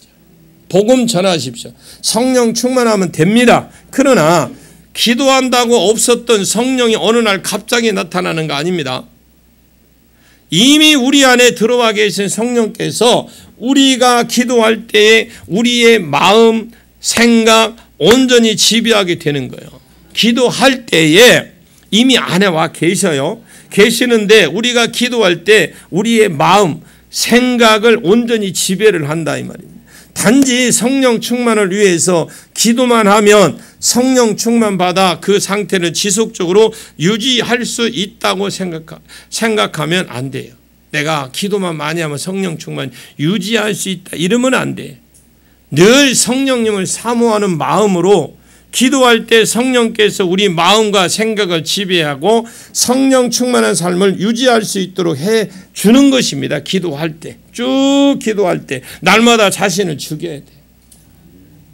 자신을 죽인다라는 말은 자기를 부인한다는 말이에요. 부인. 자기 생각을 하나님께 철저하게 자기를 복종시키는 뜻이에요. 내 뜻은 이게 안 돼. 하나님 말씀을 들었는데 나와는 전혀 안 맞아. 근데 하나님 말씀이 하라고 해. 그는 철저하게 내가 내 걸 내려놓고 뜻을 복종하는 걸 말하거든요. 자신을 부인하지 않으면 성령 충만 받을 수 없어요. 내 것이 많은데 어떻게 받아? 대부분의 생각이 많고 예민한 사람들, 복잡한 사람들이요, 성령 있게 받으면 잘 안 돼. 그래서 여러분 내려놓으십시오. 그리고 우리가 기도를 받을 때 기도는 혼자 할 때 하시고 기도 받을 때는 그냥 안수할 때는 그냥 가만히 계세요. 저 하나 도와줄 게 있어요. 뭘 도와주냐? 심호흡을 하세요. 영의 존재이기 때문에 안에 있는 영이 호흡으로 나가요. 근데 그 호흡이 어떤 현상이 일어나느냐? 아무런 감각이 없는 사람도 있어. 근데 계속 호흡으로 하면요, 나가. 근데 그 자리에서는 치유되는 것 이만큼도 눈에 안 보여. 안 보이는데 집에 가서 나설 수도 있고 내일 아침 나설 수도 있고 하나님이 점차적으로 치료해 주는 경우들이 거하게 많아. 근데 우리는 뭐예요? 우리 한국 사람들은 뭐예요? 빨리빨리 문화요. 이거는 한 방에 끝내려고 그래. 여러분, 그럴 생각하면 백날 천날 갔다 아무리 해도 안 나서. 왜? 나는 빨리 하고 싶은데 성령님은 그리요? 그리요? 나는 안 급해 그러는데 자기는 혼자서 급하고 난리요. 그러다 자기 풀에 자기가 또 죄를 짓는 거예요. 그래 나면 그러냐면 여러분들이 그렇게면 없으면 우리 이종선 목사님 하시는 말씀에 따라합니다. 나는 그릇이 커서 그렇다. 저는 그 말이 명답이라고 그래. 어떻게 그 말을 들을 때 어떤 분이요, 무려 치유성회를 10번을 하는데 감각이 없는 목사님이 있었어요. 그것도 남자 목사님. 지금도 와. 아마 내가 볼 때는 한 30번 이상은 왔을 것 같아. 지금도 와. 그럼 내가 또 왔어요. 그러면 내가 살아야죠. 그러면 이제 언제 산대요? 그러면 천국 가면 살겠죠. 참 그분 진짜 대단하세요. 감각이 없어. 그런데 제가 그랬어요. 무슨 생각이, 기도할 때 뭔 생각해요? 그래야 막 험한 생각이 다 난대. 머리는 뭐가 왔다가 왔대. 누가 얹은 것 같은데 막 수없이 왔다 간대 막. 그잖아요. 기쁨에게 가면 막 머리 막 잘못하면 여러분 여기 다 까져. 그냥 머리털 다 빠져. 그것도 어떤 사람은 지금은 그렇게 못하게 합니다. 눌리는 사람 있고 옛날에는 비비는 사람이 있었을 게 막. 그래 그것도 못하게 했어요. 지금 이제 못하게. 이렇게 그런데 결국은 나중에 어떤 이 자라목처럼 이렇게 돼요. 너무 아파갖고. 그래서 그것도 못하고 얹어라. 우리가 안수를 할 때 이게 머리 보면 살짝 얹으면 머리가 이렇게 조금 공간이 있잖아요. 공간 때문에 이만큼 돼. 근데 사역을 하다 보면 이게 힘이 들어갈 수 있어요. 그럼 너무 아프면 이야기를 하세요. 너무 아프면 눌리갖고 아프면 이야기를 하시려. 너무 목이 아프니까. 그러면 머리에 안 올리고 목에다 손을 댈 수도 있거든요. 이렇게 하고 자유스럽게 본인이 알아서. 왜? 내가 기도하는데 방해가 돼서는 안 되잖아요. 날마다 자신을 죽이십시오. 그 방법밖에 없습니다. 갈라디아서 2장 20절 봅시다. 시작. 내가 그리스도와 함께 십자가에 못 박혔나니 그런즉 이제는 내가 사는 것이 아니요 오직 내 안에 그리스도께서 사시는 것이라. 이제 내가 육체 가운데 사는 것은 나를 사랑하사 나를 위하여 자기 자신을 버리신 하나님의 아들을 믿는 믿음 안에서 사는 것이라. 저거 여러분 한 50번만 읽어봐. 쭉 집에 가서 적어놨다 한 50번만 읽어봐. 신앙생활의 성공 여부는 자신이 얼마나 잘 죽느냐 거기에 달려 있어요. 자기를 얼마나 부인하느냐. 대부분 그리스도인들은 죽은 척해. 온전히 죽지 않아요. 성령께서 우리 안에 온전히 거하시지 않습니다. 거하지 않습니다. 그리고 마귀도 우리의 그 죽지 않은 그 죄성을 보고 끊임없이 공격을. 마귀가 왜 먹을 것이 없는데 어떻게 새가 찾아와. 뭔가 먹이가 있으니까 찾아와. 그것처럼 마귀가 아직 우리 안에 죄성이 있다라는 걸 알아요. 그래서 끊임없이 그 죄성의 죄를 짓기를 바라고 거기서 사자같이 우는 사자같이 두루 다닌다 이 말입니다. 의사가 환자 수술을 할 때에 마취를 하는 이유. 여러분 의사가 한 번도 수술을 안 해봤구나. 의사가 환자를 수술할 때 마취를 하는 이유는 왜 할까요? 이유는 딱 하나요. 환자가 살아있으면 정신이 제대로 있으면 어떻게 의사가 마음대로 할 수 있어요 없어요? 이것이 아프고 막 이렇게 할 거 아니에요. 그잖아요. 마음대로 할 수 없잖아요. 그거예요. 제가 그 생각 맞네. 제가 이게 무릎을 이 산에 그 벌목을 하다가 이렇게 올라서면서 무릎을 이렇게 들면 기계톱이 이렇게 돌아가는데 무릎을 이렇게 이런 경사진데 무릎 올라가는데 약간 설정 끝인지 몰랐어. 왜? 순간적으로 끊어버렸기 때문에. 그러면서 여기에 무릎에 이 기계톱은 칼처럼 끊는 게 아니라 뜯어가잖아요. 그러니까 벌어진 거야. 그런데 그걸 모르고 이상하게 그 산에 산판에 하니까 거기에 그 신발을 좀 산판에서 필요한 그 워카 비슷한 거 신었어요. 근데 이상하게 발바닥이 떳떳하더라고요. 떳떳하고 그래서 자꾸 미끄러지는 거야.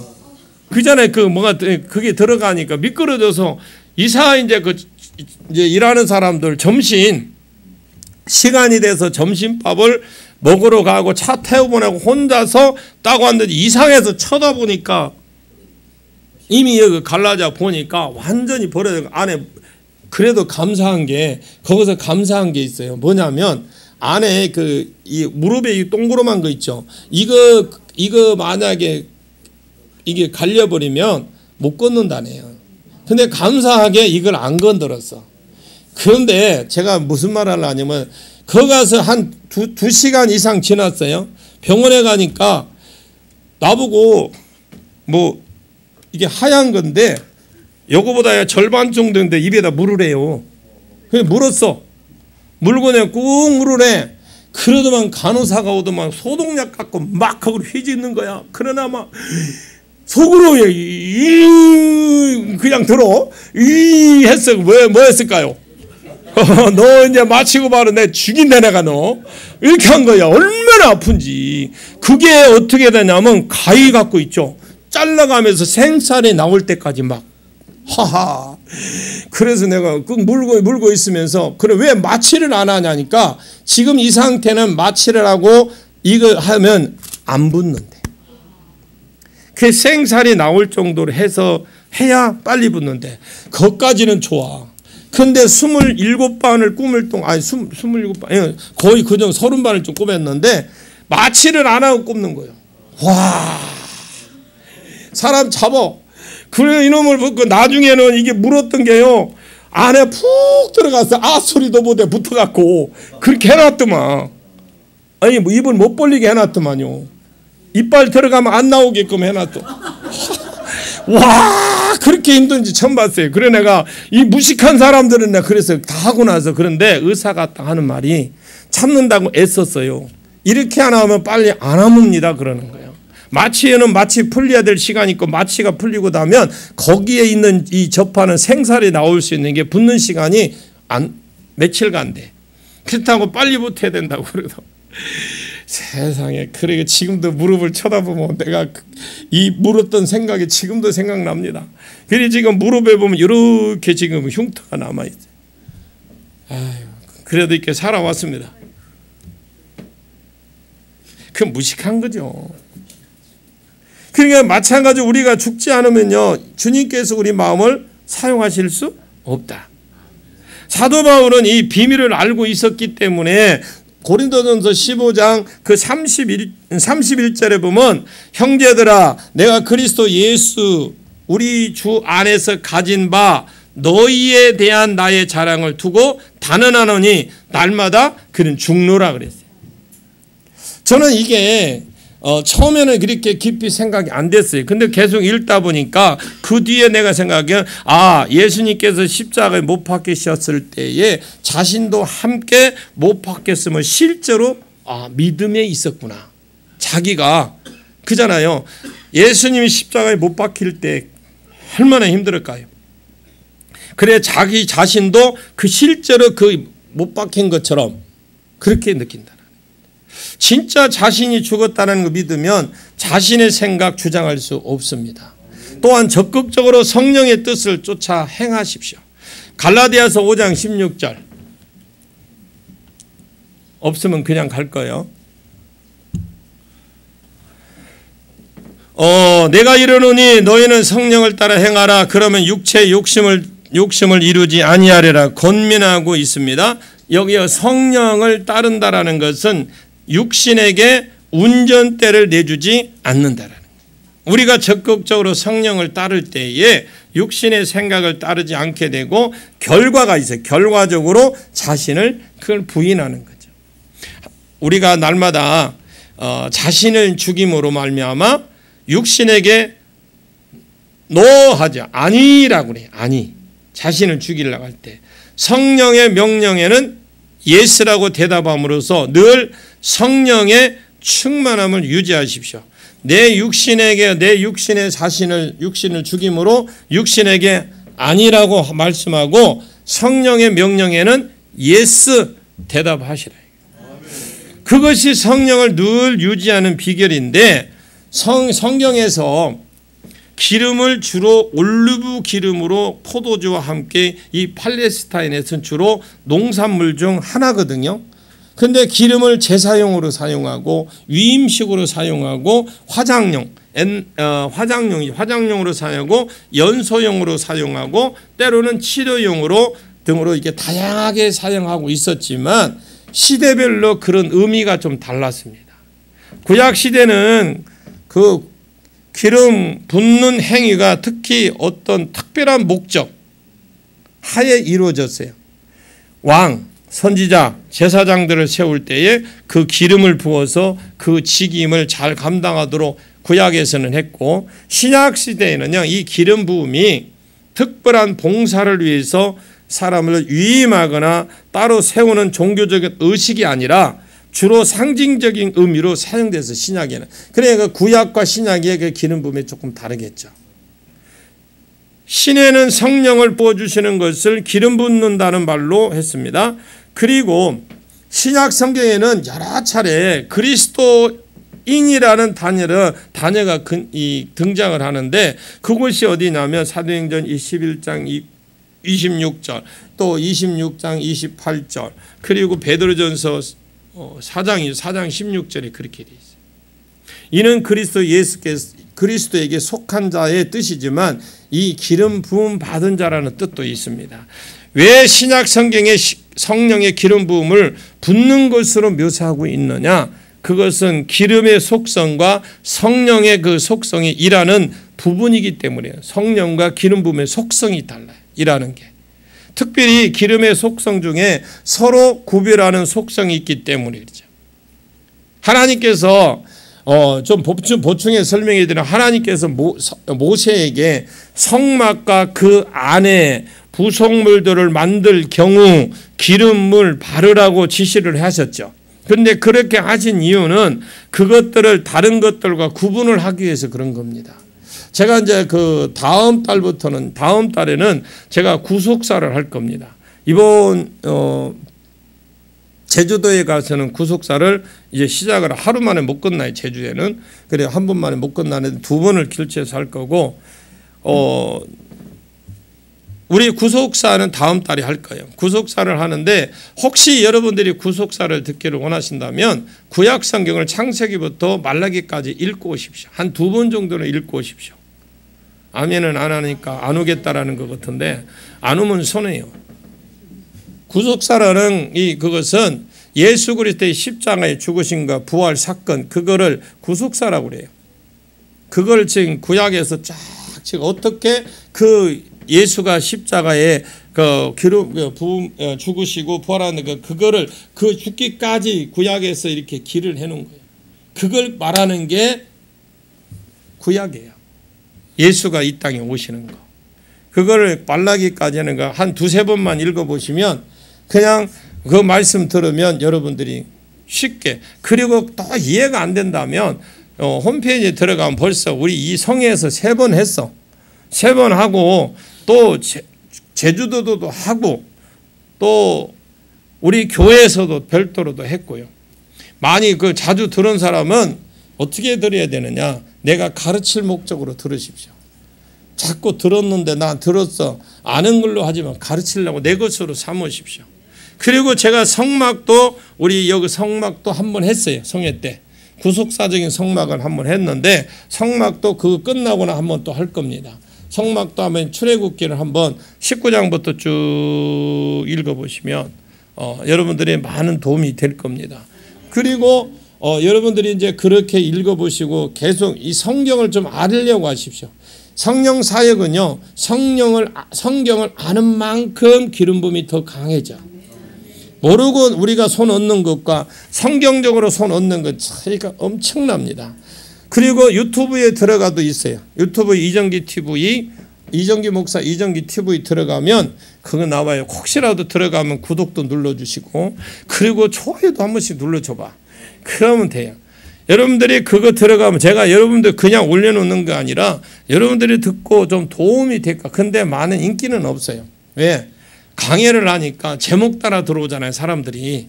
그거 보면 성령에 뭐 넣고 뭐 불하면 많이 들어오더라고. 그래다 불 해놓고 성령 뭐 이렇게 할까. 그래도 해봤는데 그것은 안 되고 저는 그냥 그 말씀의 본문을 자꾸 해놓기 때문에 인기는 없어요. 없지만 여러분들이 도움은 될 겁니다. 저희 교회에서는 이 말씀 매 시간 새벽부터 해갖고 그 동영상 촬영합니다. 촬영하고 난 뒤에 mp3로 바꿔요.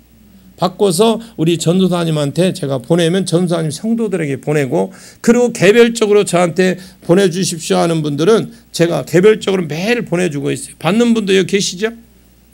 받는 분들께 들으면 아마 여러분 도움이 될 겁니다. 그래서 가끔 한번 들어가셔서 이정기 목사 TV 들어가 보면 거기에 보면 좋아요도 눌러 구독도 눌러주시면 감사하겠습니다. 힘이 됩니다. 거기에 보면 구독은 좋아요는 힘이 됩니다라고 해놨어. 자, 출애굽기 40장 9절 보겠습니다. 출애굽기 40장 9절 방송실 어디 갔어요? 계세요? 시작. 성막과 그 안에 있는 모든 것에 발라 그것과 그 모든 기구를 거룩하게 하라. 그것이 거룩하니라. 아멘. 성막에 만든다고 다 성막이 아니라는 거죠. 그 성막과 그 안에 있는 안에서 사용하는 모든 기구와 기름을 발라야 거룩하게 되고 구별되는 거죠. 그런데 우리가 볼 때 오늘날 그런 분들이 많아요. 이 꽃을 했다고 해서 꽃이 어느 정도 치면 옛날에 제가 그런 소리를 들었어요. 꽃을 대니까 꽃 한 분이 화분을 가져가야 된다고. 절대 그러면 안 돼요. 여러분 그것은 생각을 잘못한 거예요. 교회 구분된 건 집으로 가져가면 안 됩니다. 이게 단순한 것 같죠? 아닙니다. 자, 우리 교회에서 이런 일이 있었어요. 성찬식을 마쳤어.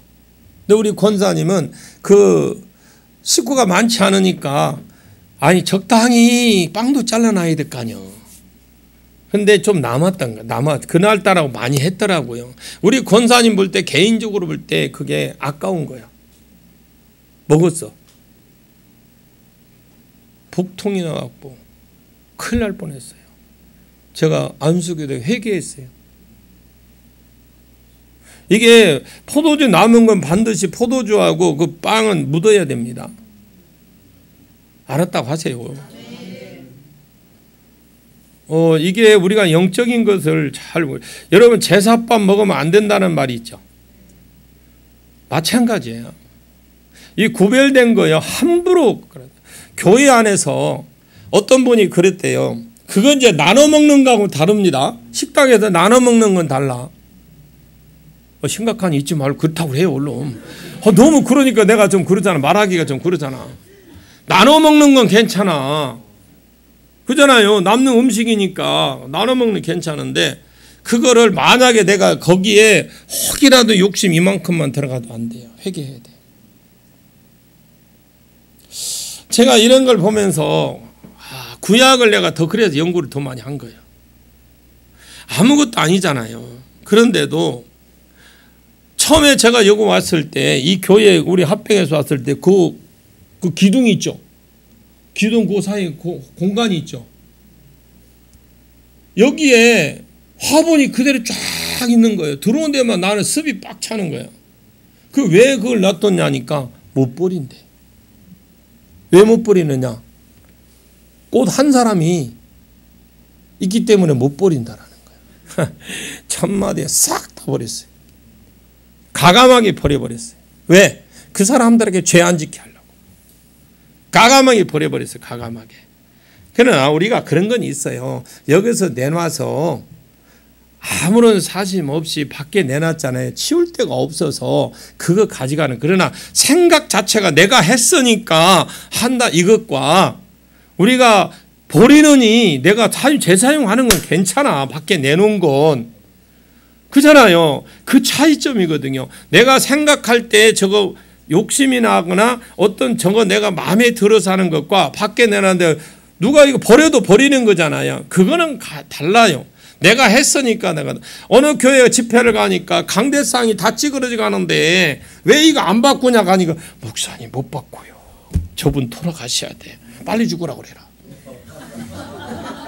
내가 그랬어요. 빨리 돌아가시라고 그래라. 그래서 내가 설교할 때 이 강대상이 확 바꿨으면 좋겠습니다는 그러면 눈을 펄쩍 뜨는 거예요. 아하 저분이구나.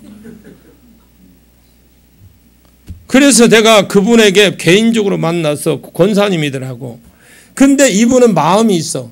그걸 팔아내 결혼 반지 옛날에 결혼한 거 간지 자식들에게 돈 준 거 모아가지고 강대상 그때 당시 최고종 걸로 한 거야.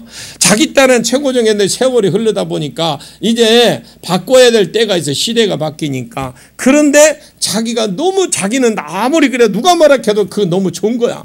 근데 남이 볼 때는 안 좋아. 근데 여기 강대상 이게 그걸로 이렇게 혈결을 올라오니까 여기는 더 볼 수가 없어. 그리고 어떤 데는 꽃을 이렇게 생화를 해놨더라고요. 꽃꽂이를. 그런데 아니 지난주 했으면 그 주 버려야 되잖아. 그 다음 주까지 못 가. 왜? 앞에서는 멀리서 보니까 이쁜 거 같죠. 여 뒤에서 봐봐. 다 시들어가지고 가까이서 설교가 안 돼. 냄새는 나고 저는 또 알러지가 있어서 지금은 이제 알러지 없어졌어요. 이 꽃이 뒤에서는 안 보여. 앞에만 멀리서 보니까 이뻐 보여. 괜찮은 것이 보여. 그래서 내가 왜 저 꽃 안 버려? 저분은 2주는 가야 된대. 세상에. 여름에 어떻게 2주를 가? 2주 못 가요. 몰라. 밖에 나가서 막 그냥 에어컨 틀어주고 물 주고 해서 어떻게 살리는지 모르겠지만 여기 따라갖고는 안 돼요. 그런데 이제 제가 한동안 못하게 해서 거기서 내가 너무 충격을 받아서, 근데 요즘에는 이제 허용을 합니다. 언제? 절기 때. 절기 때는 제가, 근데 절기 때라는 게 우리 교인 너무 이쁜 게 노는 거죠. 아, 진작에 말할 걸 그랬어요. 아, 진작에 하라 할 걸. 이 꽃도 있죠? 있죠? 있어요? 저 앞에다 놨으면 내가 볼 건데 저는 안 보여. 자, 사도행전 10장 38절 시작. 하나님이 나사란 예수에게 성령과 능력을 기름 붓듯 하셨음에 그가 두루 다니며 선한 일을 행하시고 마귀에게 눌린 모든 사람을 고치시니 이는 저 말씀이에요. 이는 그래, 이유를 말하지 앞에 걸. 이는 뭐예요? 하나님이 함께 하신다라는 거죠. 그래서 구약시대는 기름을 부어서 직분자를 세웠듯이 신약시대는 믿는 자들에게 성령을 부어서 일꾼을 되게 하신다 이 말입니다. 그렇기 때문에 교회에서 직분자를 임명받는다고 다 주의 일꾼 된다고 생각하면 안 돼요. 그래서 우리 장로님 지금 훈련 엄청 시게요. 지금 막 우리 장로님 오늘 저녁에 또 찬양할 거예요. 이번에 이제 장로 이게 6월달에 임지식을 해요. 훈련 되게 시게요, 제가. 금요일 되면 사역 훈련 시기죠. 이게 기름 부음 훈련 시기입니다. 근데요, 지금 듣고 있을 거예요. 집사님, 처음에는 집사님 그랬어요. 이제 어떻게 훈련을 시기에 나중에 그냥 내가 없어도 우리 장로님들하고 목사님들이 하시고 또 우리 전도사님들이 하시고 성도들이 하게끔 저는 평신도 사역형 교회로 가는 거예요. 제가 그래서 자유스러워요. 얼마나 자유스러운지 몰라. 그렇게 되기까지 시간이 좀 필요했어요. 근데 제가 일주일 동안 배워도요, 다음 주 일주일 없어요. 일주일 동안. 다음 주 때 중국에 이제 우리 신학회에서 세미나도 해야 되고 또 이제 올 때 장각에 구경시켜 준 데도 혹 갔어. 장각에 우리가 어떻게 가. 그잖아요. 놀러 가면 계획적으로 가면 모르겠지만 얘가 선교 사역을 하면서 집회하면서 그냥 그거 생각만 하지 대리만족으로 그냥 텔레비 나오는 장각에 선전 나오는 그것만 보지 못 가. 그런데 가게 생겼어요. 근데 자신은 없어. 그거 많이 걸어야 된다며요. 안 가봐서 모르겠습니다만 그래 내일 다음 주에 한 주간 우리 장로님이 다녀오라고 그래서 제가 기분 좋게 갑니다. 혹시 부럽게 생각하지 마십시오. 그냥 거기만 가는 게 아니요. 우리 언제 한번 가게요. 가실 분들 해쳐 모여 하면 언제든 한번 제가 가보고 괜찮으면 가게요. 그랬더니 교회에서 직분자로 임명받았다고 해 진짜 주님의 다 일꾼이 나라고 생각하면 안 됩니다. 성령의 기름 부음 받을 때에 주님께서 사용하시는 일꾼이 진짜 일꾼입니다. 성경은요, 성령의 기름 부으심이 의미를 다양하게 소개를 하죠. 누가는 성령의 능력을 받는다는 의미로 사도행전 10장 38절 아까 말씀했고, 바울은 성령의 보증으로 특별하게 부활에 관한 그 확신을 갖게 한다는 의미로 고린도 후서 1장 21절에 말했고, 그 뒤에 참고적으로 고린도 후서 5장 4절 5절에 추가적으로 이렇게 참고적으로 더 보시면 되고요. 요한은 성령의 능력을 가르치는 사역의 근거로 진리의 지식을 온유하게 된다라는 의미로 사용합니다. 요한 일서인가? 요한 일서의 2장 20절과 두 절인데 20절, 27절 두 구절이 있습니다. 우리는 성령의 기름 부으심을 어떻게 생각하냐? 여러분, 저와 여러분 성령 기름 부음을 어떻게 생각하느냐? 주로 성령 기름 부으심하면 성령의 능력을 받는다 이런 의미로만 생각해요. 근데 물론 하나님께서 기름 부어주시는 이유 가운데 하나는 앞서 우리가 살펴본 대로 능력 있게 사용하도록 하기 위함입니다. 근데 구약 시대에는 하나님께서 왕, 제사장 그리고 선지자 등을 세울 때에 그들에게 기름을 부어주신 것도 그들의 직분에 능력 있게 감당하도록 하기 위해서입니다. 예수님께서 성령의 능력을 부으신 것도 그분에게 메시아 사역을 잘 감당하도록 위한 것이거든요. 근데 성령의 기름 부으심의 의미를 어느 한쪽으로만 이해하는 것은 바람직하지 않습니다. 왜? 하나님께서 오직 능력 있는 사역을 위해서만 성령을 부어주지 않습니다. 주님이 하기 위해서 주님의 일을 일을 하기 위해서 오직 능력만 요구되는 것이 아니에요. 주님 일을 하는데 오직 능력만인데 그거 아닙니다. 무엇보다도 하나님과 관계가 견고한 믿음을 필요해. 하나님과 관계된 그 믿음이 필요합니다. 특별히 부활에 대한 확신을 가지십시오. 여러분, 우리 부활하신 예수님을 만나러 가는데 제가 지난 성에도 말씀드렸습니다만 그 마리아하고 뭐 가지고 갔어요? 아니, 부활하신 주님 만나러 갔는데 뭔 향유를 가지고 가냐고. 꽃다발 들고 가지. 이놈이라도 들고 갔으면 되지. 아니면 김밥을 좀 사갖고 가지. 3일 동안 굶었으니까 얼마나 배고프시며 가서 드려야 되지. 뭔 놈의 향유를 가지고 가. 우리는 부활하신 주님을 만나는 것이지 주님과 함께 죽은 예수 만나러 가는 게 아닙니다. 근데 우리는 착각을 할 때가 있어. 여러분, 필요하면 내가 드릴 테니까 이거 가지고 가십시오. 그리고 하나님 말씀을 올바로 알으셔야 돼요. 성령의 기름 부으심의 의미를 제한적으로 이해해서는 안 됩니다. 성령의 기름 부으심에 대해 각자 다양한 의견 주장할 수 있어요. 그러나 성령 사역을 위해서 성령 기름 부으심을 받아야 한다는 데에는 의견이 있을 수 있어요. 예수께서 성령 사역하기 전 성령의 기름 부으심 받았던 것처럼 우리도 성령 사역하기 전에 성령 기름 부으심 받아야 됩니다. 지금은 전 세계적으로 교회나 어떤 선교 단체들이 성령 사역을 활발하게 전개하고 있는 게 참 감사해요. 매우 바람직한 일이라고 봅니다.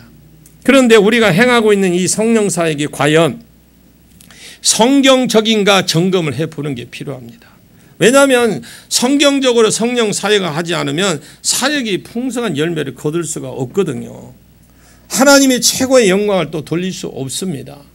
성령 사역의 성령론을 어떻게 생각하느냐에 따라 내용도 방향도 각각 다르게 결정이 되는 겁니다.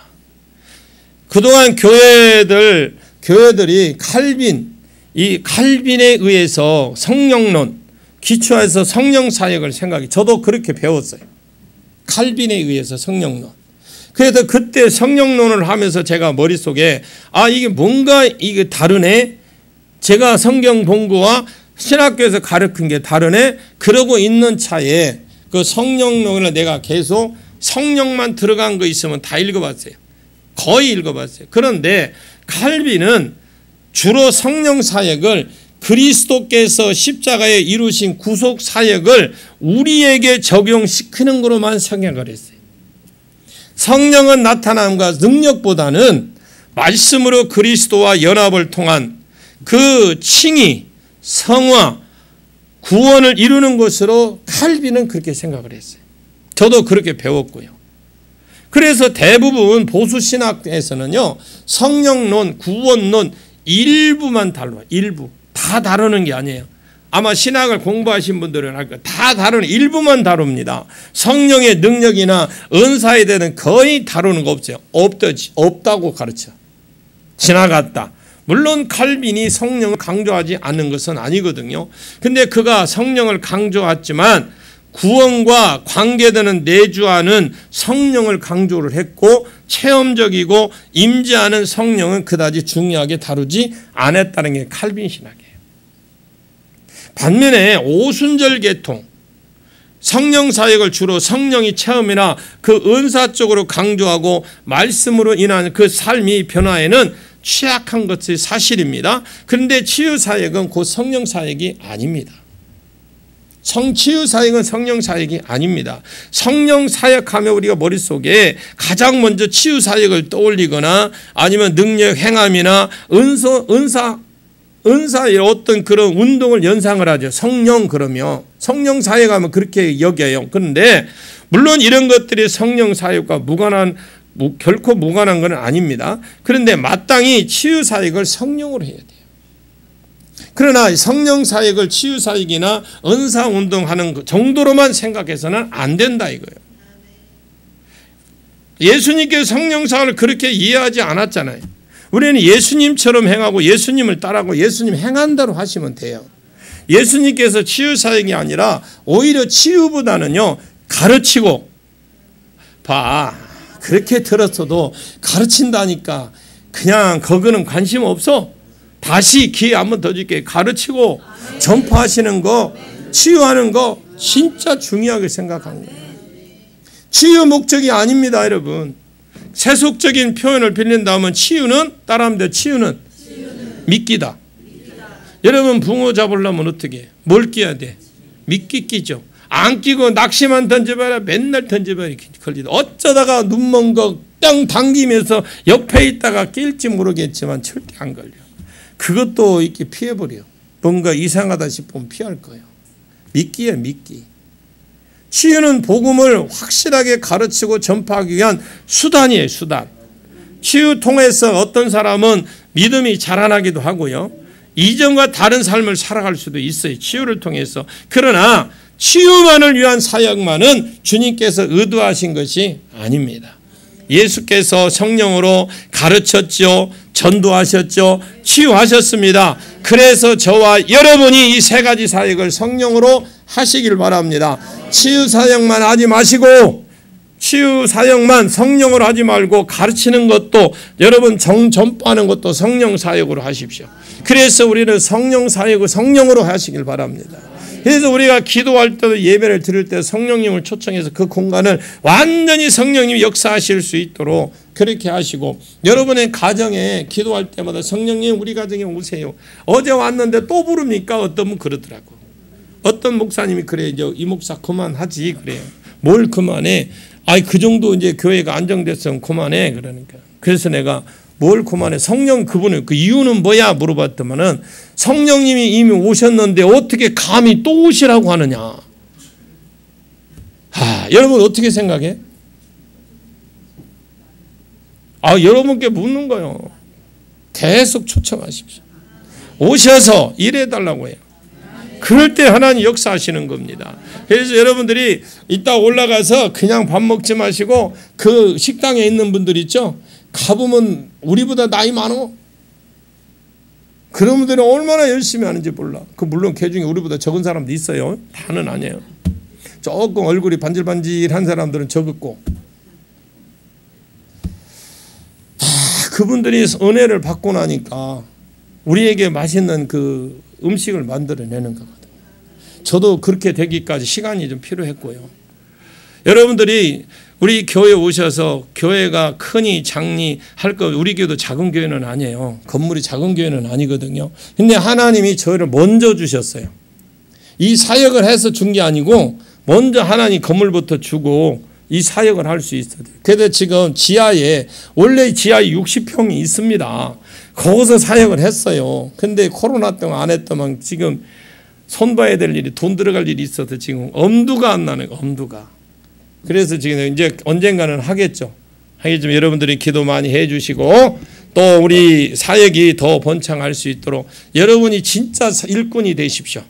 진짜 사역자가 되셔서 날마다 오고 갈 때 소식마다 정말 오고 가는 소식이 기쁜 소식만 오고 갈 수 있도록 기도하는 저와 여러분 되시길 바랍니다. 기도합니다. 참 좋으신 아버지 하나님 감사합니다. 주님 영광 받아 주시옵소서. 예수님의 이름으로 간절히 기도하옵나이다. 아멘. 우리